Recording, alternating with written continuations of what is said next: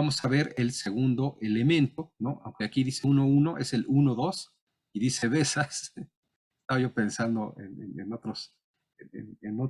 otro tema de exposición. Bueno, bases conceptuales sobre el aprendizaje significativo. Pues entonces, este es el 1-2. El 1-1 fueron las bases conceptuales para el diseño curricular y el análisis del plan de estudio. Entonces, según el estándar de competencia 647, el enfoque por el cual debemos avanzar en el diseño de las unidades de trabajo o sesiones de un curso de educación media superior y superior debe ser el enfoque del aprendizaje significativo, es decir, la teoría constructivista.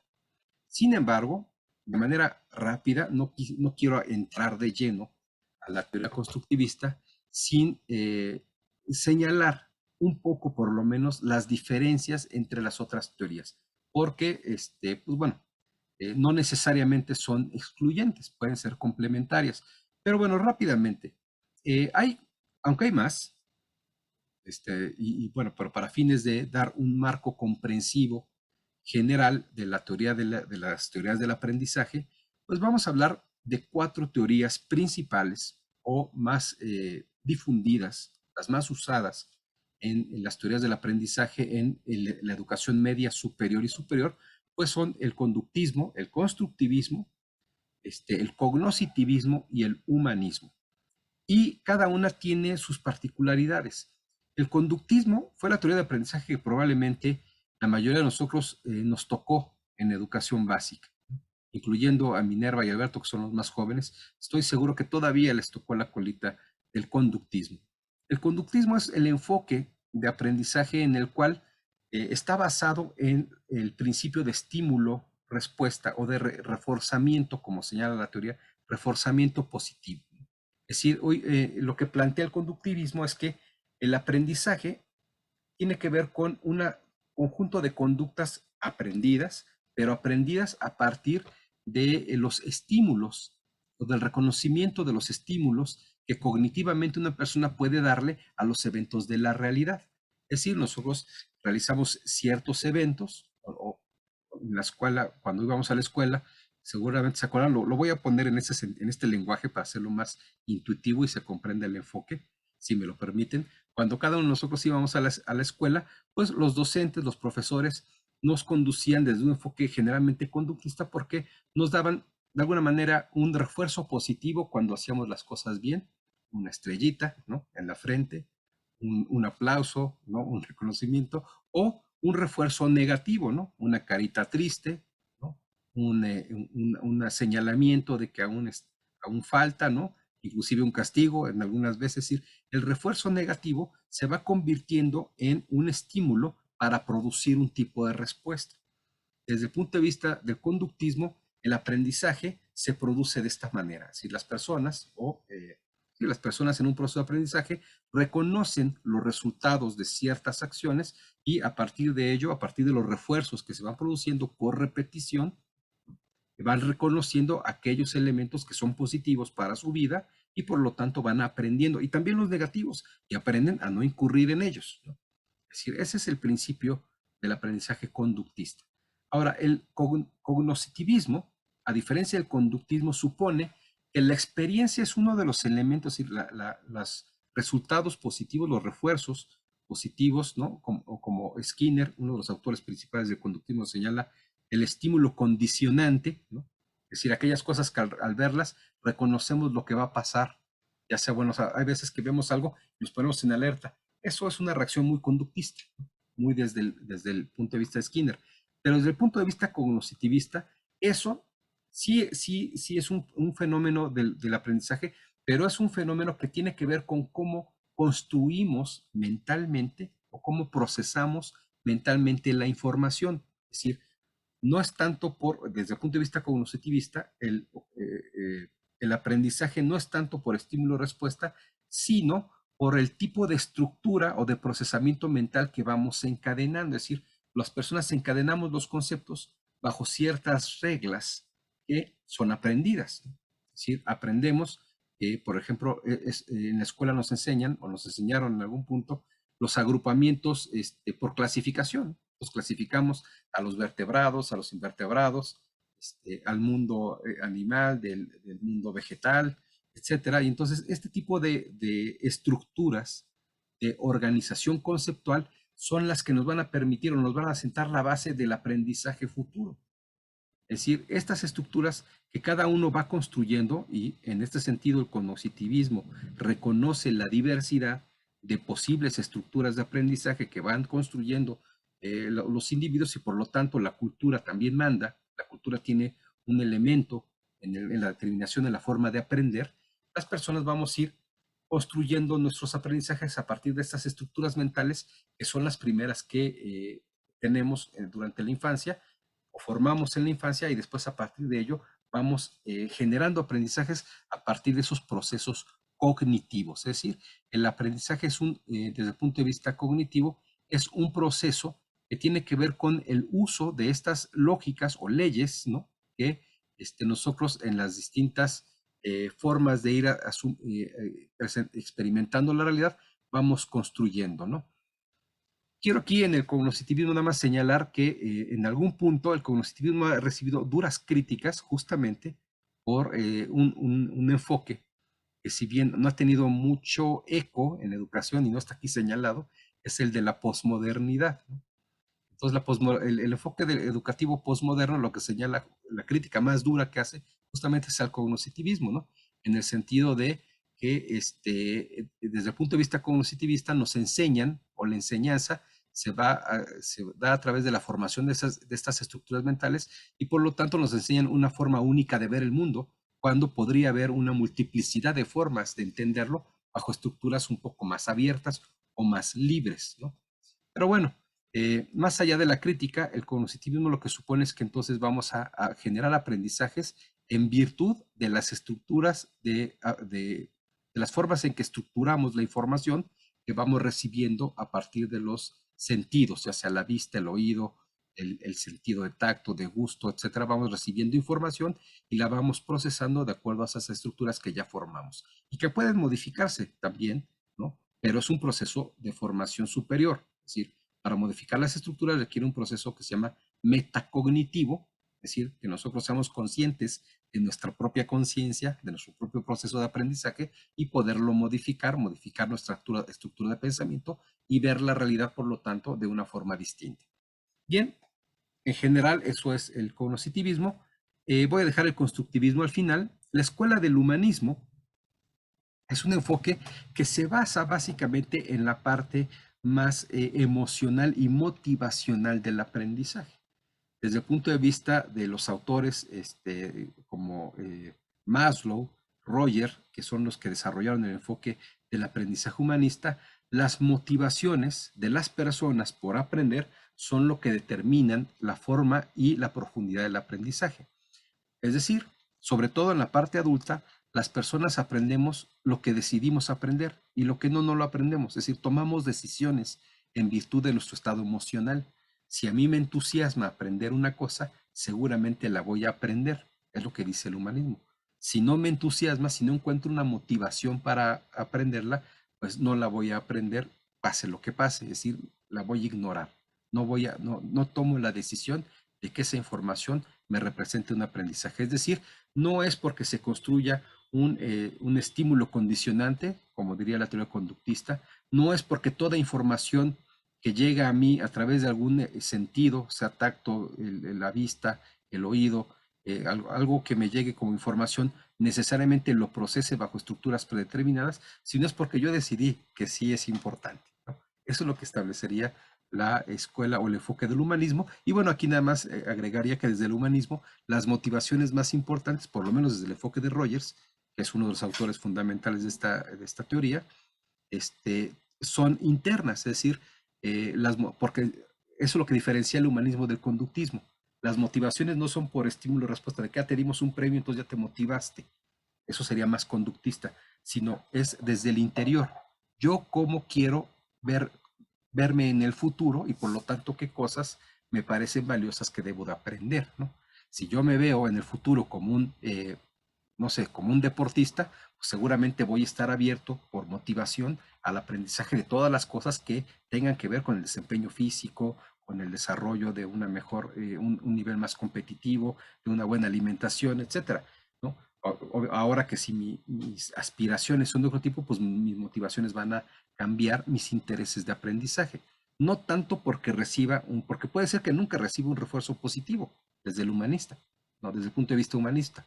Así como en el conductismo, sí, es necesario en el conductismo un refuerzo constante, repetido, para que ese aprendizaje se genere. Y en el humanismo no, lo que se trata es de que la persona mantenga su nivel de motivación. Bien, ahora sí, el constructivismo, pues no es que venga a ser como la teoría más importante, y justo por eso quería empezar planteando las diferentes teorías del aprendizaje, pero el constructivismo plantea, o lo que propone, y ahorita lo vamos a desarrollar con más detenimiento, pero lo que propone es que el aprendizaje sucede a través de una experiencia más práctica, es decir, más empírica. Tiene que haber una experiencia con la concreción hacia la concreción con la realidad, para que un aprendizaje que primero desde similar al cognitivismo, primero se genera como un aprendizaje meramente intelectual, meramente cognitivo, es decir, es información que adquirimos a través de los sentidos, ¿no? Llega información nueva, un nuevo sabor, una nueva textura, algo que leemos, algo visualmente entendemos, o algo que escuchamos, se convierte en algo de información. Pero para que esa información se convierta en un aprendizaje, tengo que llevar y aplicarla en una experiencia práctica que sea útil en mi vida, o por lo menos que me cobre sentido, ¿no? Y entonces sí, ese aprendizaje se vuelve significativo en tanto fue práctico, ¿no? Tiene sus críticas, tiene sus, como todo, pero ese sería el enfoque por el cual vamos a transitar para la propuesta metodológica de, pues, el diseño de las unidades de aprendizaje. Bien, pues vamos, como bueno, quiero señalar que es importante este apartado, porque el estándar de competencia dentro de los conocimientos, como les explicó su evaluadora en su momento, pues la evaluación para el estándar de competencia 647 tiene tres aspectos. Uno, que es de habilidades, ¿no? Que tiene que ver con la elaboración, la presentación de un producto, que será su planeación para la sesión o la unidad de trabajo. Un segundo elemento, que será la demostración de desempeños o habilidades, que es a través de demostrar en un contexto ya sea real o simulado cómo pueden ustedes dar una clase, y finalmente, o desarrollar una unidad de trabajo, perdón, y finalmente, pues un examen de conocimientos a través de un cuestionario en el cual tendrán que reconocer algunos conceptos dentro de así, unos conceptos de lo que estamos viendo en cuanto a diseño de contenidos, pero también conceptos de la teoría de aprendizaje constructivista. Pues a partir de aquí va a ser más importante que vayamos entendiendo el constructivismo, porque estos conceptos van a ser sujetos de evaluación. Entonces, bueno, el constructivismo tiene tres pilares, tres autores que cada uno propuso de forma independiente. Cada uno tiene su propia teoría sobre el aprendizaje, pero que integradas, tanto la visión de Vygotsky como la de Ausubel, como la de Piaget, se constituyen, o los reconocemos en las teorías del aprendizaje, como la teoría o las teorías constructivistas, ¿no? Entonces, bueno, vamos a ver, bueno, y existen también las teorías que también se le conocen objetivistas, que son pues lo opuesto o la oposición a las constructivistas, donde el aprendizaje es una representación intelectual, es el cognitivismo, de la realidad externa, mientras que desde el constructivismo el aprendizaje es una construcción a partir de la experiencia vivida con la realidad, ¿no? Entonces, pues también eso explica un poco también la diversidad. En el constructivismo se incluye la posibilidad de la diversidad, en el sentido de que nos permite hablar de diferentes formas de aprender, en tanto habrá diferentes formas de tener una experiencia con el mismo objeto de conocimiento. Bien, ahora vamos a ver uno por uno. ¿Qué nos decía o qué decía Piaget? ¿Cuál fue la aportación de Piaget?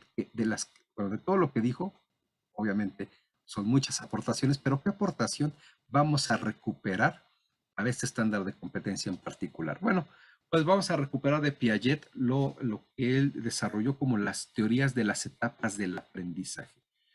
Piaget hizo una serie de experimentos, ¿no?, con personas de diferentes edades en sus procesos de aprendizaje y fue haciendo una serie de categorías, ¿no?, o ir clasificando las etapas del aprendizaje. Él descubrió, y su teoría tiene ese valor, es la aportación más importante que hizo Piaget. Él señala que a partir de sus experimentos, que no aprendemos siempre de la misma manera. Es decir, hay etapas en el desarrollo de las personas y cada etapa representa o se constituye en una forma de aprendizaje diferente y particular. Entonces, bueno, aquí solo por mencionar, los infantes menores a 2 años, sus etapas de aprendizaje tienen que ver con aprendizajes relacionados al control psicomotriz y aprendizaje de objetos físicos, es decir, un niño de 2 años o menos, desde el punto de vista de Piaget, difícilmente comprende con los conceptos abstractos, ¿no? Sí objetos como una silla, pero no conceptos como volar, ¿no?, que es más abstracto, ¿no? Sí objetos o aspectos físicos como el ave o el avión, pero el concepto en sí mismo de volar, de viajar, de pensar, son conceptos que por el nivel de abstracción no son, desde el punto de vista de la teoría de Piaget, no son sujetos de aprendizaje, porque no tienen las operaciones intelectuales para desarrollarlos.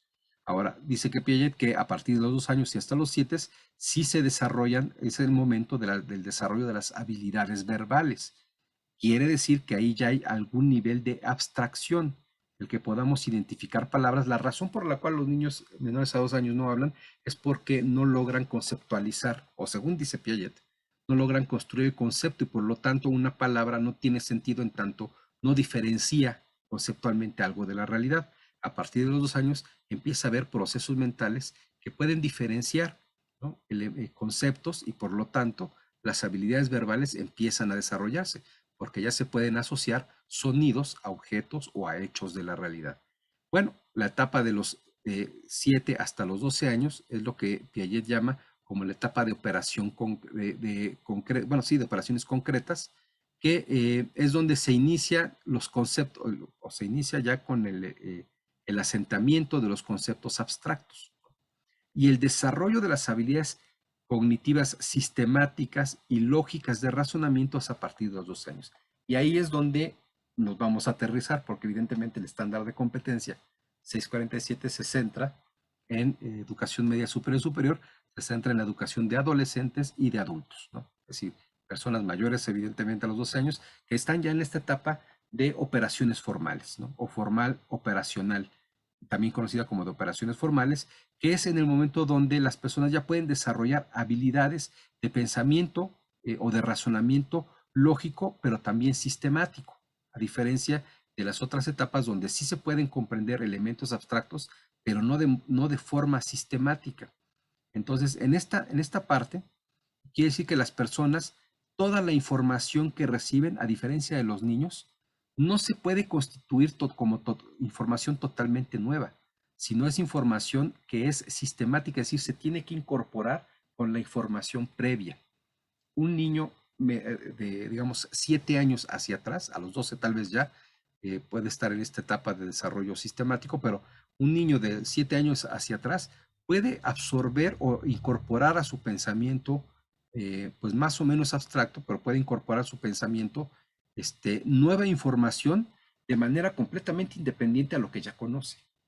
Sin embargo, una persona adulta, nosotros los que estamos aquí, cada cosa que estamos aprendiendo, por ejemplo, lo que estoy diciendo aquí, lo están reflexionando en virtud de su experiencia anterior, así lo están montando sobre conceptos que ya tienen, que ya conocen previamente, y solamente a partir de ellos es que pueden incorporar el nuevo aprendizaje. Eso nos los enseña Piaget y tiene mucho de sentido. Es decir, cuando estamos, seguramente cuando estamos, ahora que estoy hablando sobre las operaciones formales, están pensando en justamente en qué conceptos, en qué otras cosas en su experiencia o en sus conocimientos tienen que ver con esta explicación y las empiezan a procesar sistemáticamente. Es decir, no es que estén de cero, todo lo que dijiste de cero lo estoy aprendiendo, no. No dejamos de incorporarlo con otros elementos, ¿no?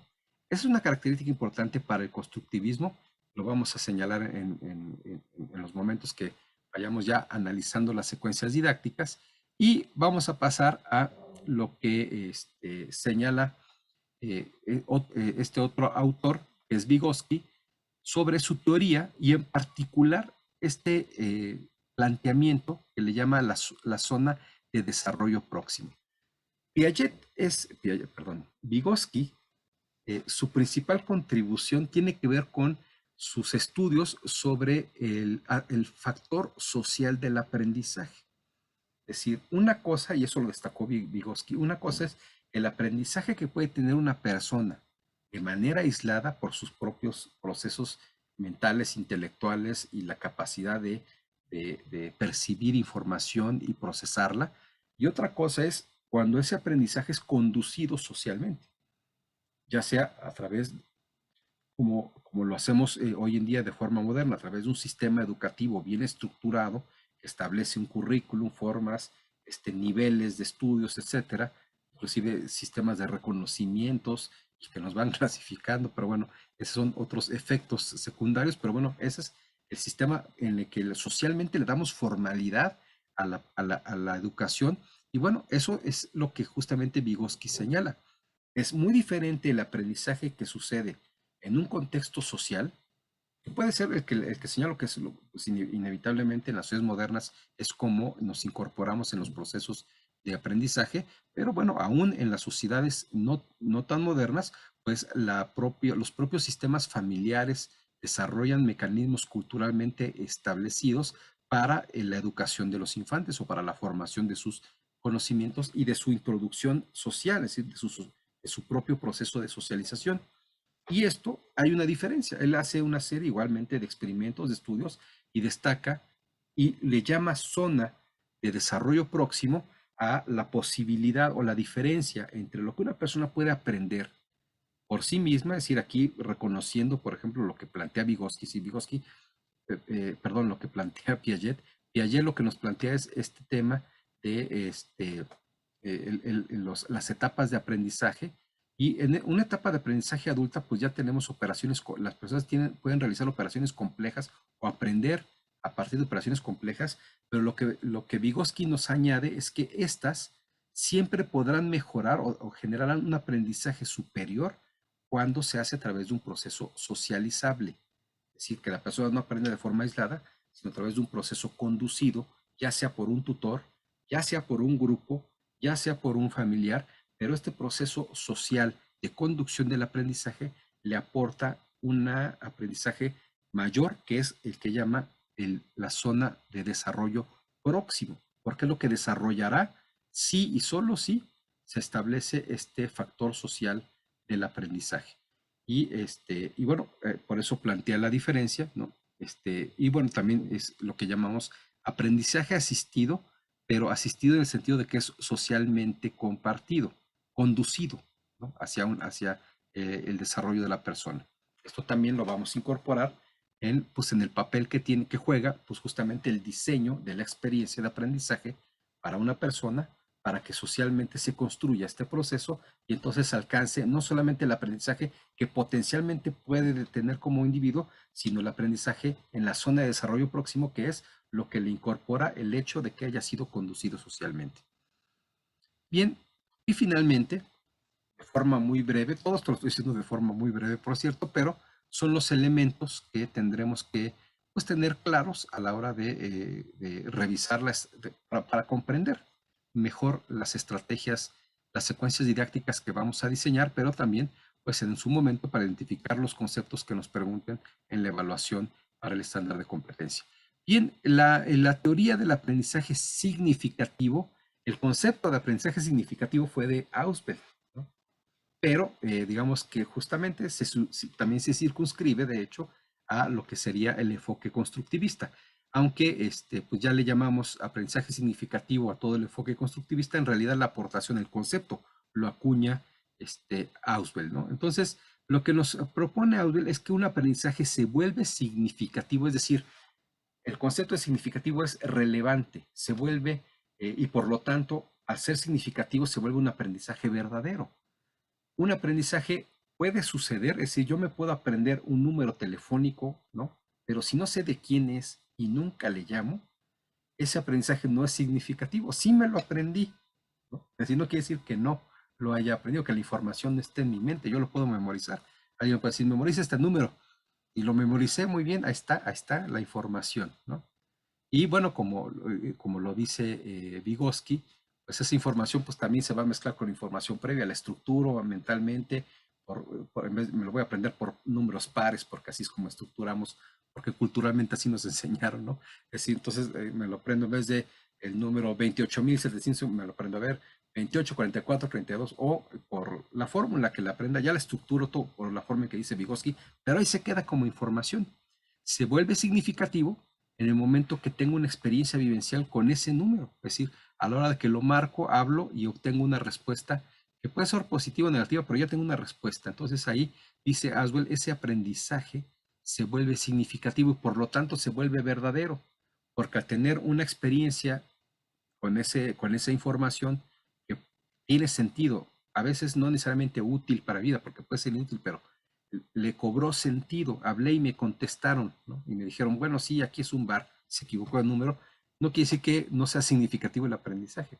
Hubo una experiencia, pero solo a través de esa experiencia es que ese aprendizaje, al tener sentido, en 10 años yo puedo decir, sí, yo un día hablé a un número y me di cuenta de que era un bar, ¿no?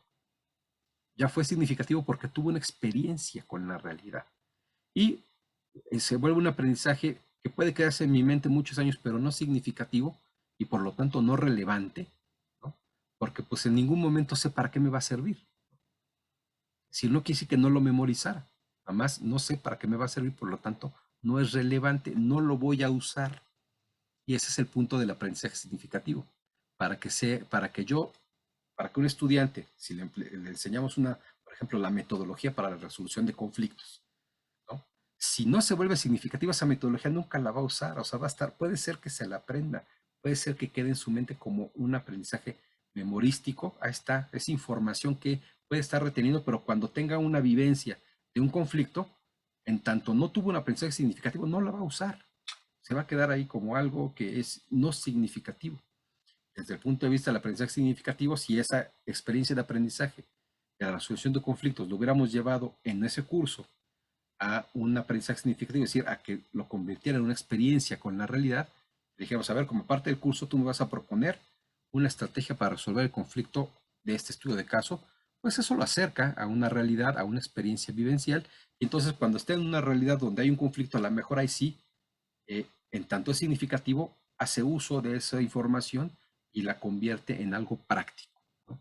Que le resulta positivo. Bueno, no siempre, pero bueno, siempre hablamos de positivo o negativo, pero en realidad el aprendizaje significativo no necesariamente es algo siempre positivo. Lo importante es que sea significativo. Puede ser algo, una experiencia mala y eso me ayuda a aprender. Lo que pasa es que pues, sería medio extraño que diseñáramos cursos a partir de malas experiencias para los estudiantes, ¿no?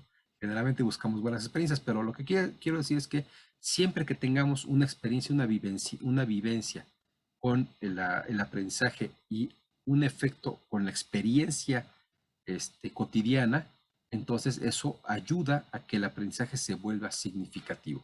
Y esa es la diferencia entre un aprendizaje significativo y uno que no lo es. Uno que no lo es no lo voy a ocupar porque no fue relevante, no fue pertinente. El significativo es relevante y por lo tanto sé que me puede servir para mi vida laboral, personal, profesional, etcétera. Bien, estos serían los elementos, ¿no?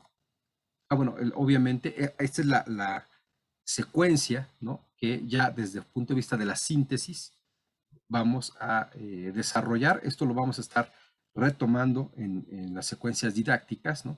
Pero pues una estrategia de aprendizaje significativo ya incorporando estos tres enfoques teóricos, por lo tanto la teoría completa del constructivismo, pues empieza con un proceso de activación de conocimientos previos, ¿no? Así como bien lo señala Vygotsky, lo que aprendemos tiene que vincularse a otros conceptos que ya tenemos antes o de otra manera no lo vamos a aprender, ¿no? Sobre todo en la fase adulta, como lo señala Piaget, ¿no? Entonces, lo primero que tenemos que hacer es pedirle a las personas que activen sus conocimientos previos a los estudiantes.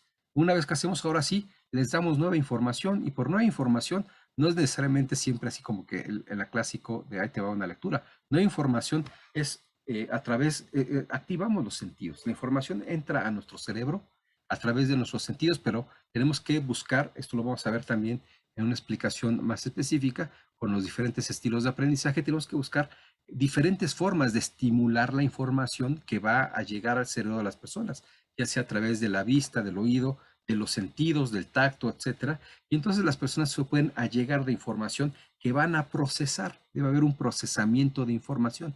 La información no sirve si no se procesa a través de estas estructuras conceptuales que tenemos, ¿no?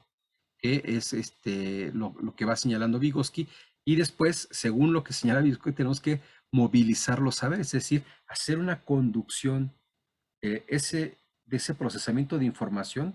Si la información que ya recibí la reelaboro, la reexpreso desde mis propias estructuras mentales y después debo ser conducido hacia la construcción de una experiencia vivencial, ¿no? Que esa es la movilización de saberes, es decir, que lo vuelva pertinente o por lo menos reconocible en términos de lo que me puede servir o de qué sirve esta información en una realidad muy concreta. Y bueno, finalmente tenemos que a partir de ello construir una evidencia de aprendizaje y eventualmente esto se convertirá en una evaluación también. Pero el tema de la evidencia de aprendizaje tiene que ver con qué es lo que tiene que demostrar el estudiante para comprobar que este aprendizaje sucedió. Fíjense bien que esto de la evidencia de aprendizaje es muy importante porque se llama evidencia porque el aprendizaje no lo podemos ver.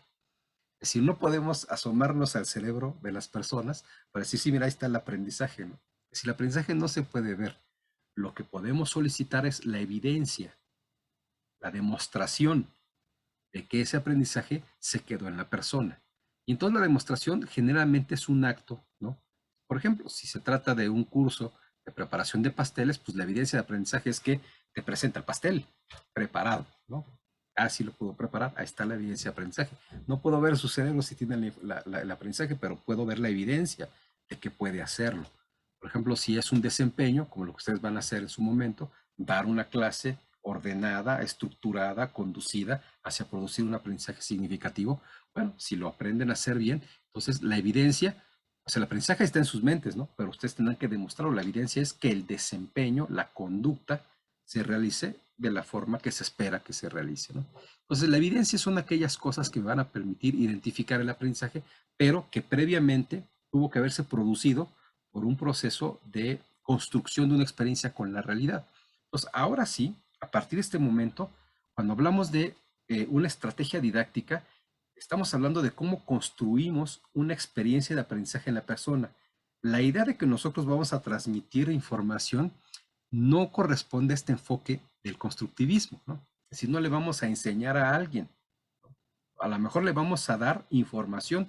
Ese es un punto, ¿no? Yo les puedo, a través de una exposición, transmitir cierta información, pero eso no es suficiente para producir un aprendizaje. Tenemos que lograr construir así como lo dice Vygotsky, conducir esa información o esa persona conducirla para que procese la información, luego tenga, según Ausubel, una experiencia significativa con esa información a partir de su experiencia vivencial y entonces todavía verificar que ese aprendizaje haya sucedido a través de la solicitud o la presentación de una evidencia de aprendizaje.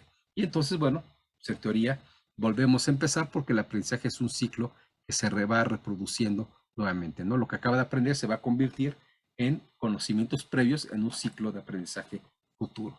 Bien, el resumen, la propuesta del constructivismo consiste en diseñar y más que nada en conducir una experiencia de aprendizaje. Fíjense bien, ya no estamos hablando de enseñarle a alguien, sino en que lo que vamos a diseñar es un contexto social en el cual la persona va a producir su propio aprendizaje, ¿no? A través de procesamiento de información y movilización de saberes, para que la persona construya su aprendizaje de forma significativa. 2. Debe considerarse que la forma del aprendizaje de los adolescentes, o bueno, del adolescente y el adulto, es por el desarrollo de operaciones mentales sistemáticas y lógicas. Es decir, cada quien va a aprender de forma distinta, lo que no quiere decir que no ejecuten de forma adecuada un resultado, una evidencia de aprendizaje que tenga que tener características muy específicas. Pero el proceso por el cual una persona va a construir sus operaciones mentales tiene que ser en referencia a sus propios procesos de aprendizaje previos, que incluye su experiencia, no solamente los conocimientos que ha adquirido en procesos educativos formales, sino los aprendizajes que obtiene a partir de sus vivencias profesionales que van marcando una experiencia y por lo tanto producen también aprendizajes. La teoría social de Vygotsky destaca la necesidad de conducir el aprendizaje para alcanzar el nivel de desarrollo próximo. Y el aprendizaje significativo se alcanza cuando se llega a la movilización de saberes. Esto vamos a verlo porque es súper determinante. Muchos cursos, les aseguro, muchos, ustedes lo van a reflexionar cuando lleguen a este punto en las secuencias didácticas, se quedan en el procesamiento de información. Hay colegas en educación superior que nos dicen, pues es que yo les solicité como evaluación final un mapa mental. Y eso seguro que hizo que aprendieran. Bueno, pues mala noticia porque el mapa mental apenas permite el procesamiento de información. Faltó la movilización de saberes, faltó que esa información que ya procesó de forma distinta, se la diste en una lectura, la procesó de forma distinta y la presenta desde su perspectiva como un mapa mental, todavía falta que la aplique en una realidad concreta, movilización de saberes. Entonces ya el aprendizaje realmente se convierte en un aprendizaje significativo y por lo tanto con mayor probabilidad de ser verdadero, ¿no? Entonces, solo sucede, aquí sí es importante, sí, solo sí, logramos llevar a una movilización de saberes, es decir, solo es significativo, y esto sí, digamos, podemos pensar en que habrá diferentes enfoques del aprendizaje o teorías del aprendizaje que pudiesen plantear cosas distintas, pero desde el constructivismo es importante que tengamos que llegar al punto de la movilización de saberes para poder decir que el aprendizaje el diseño de la experiencia de aprendizaje que le presentamos a un estudiante tenga altas probabilidades de ser significativo.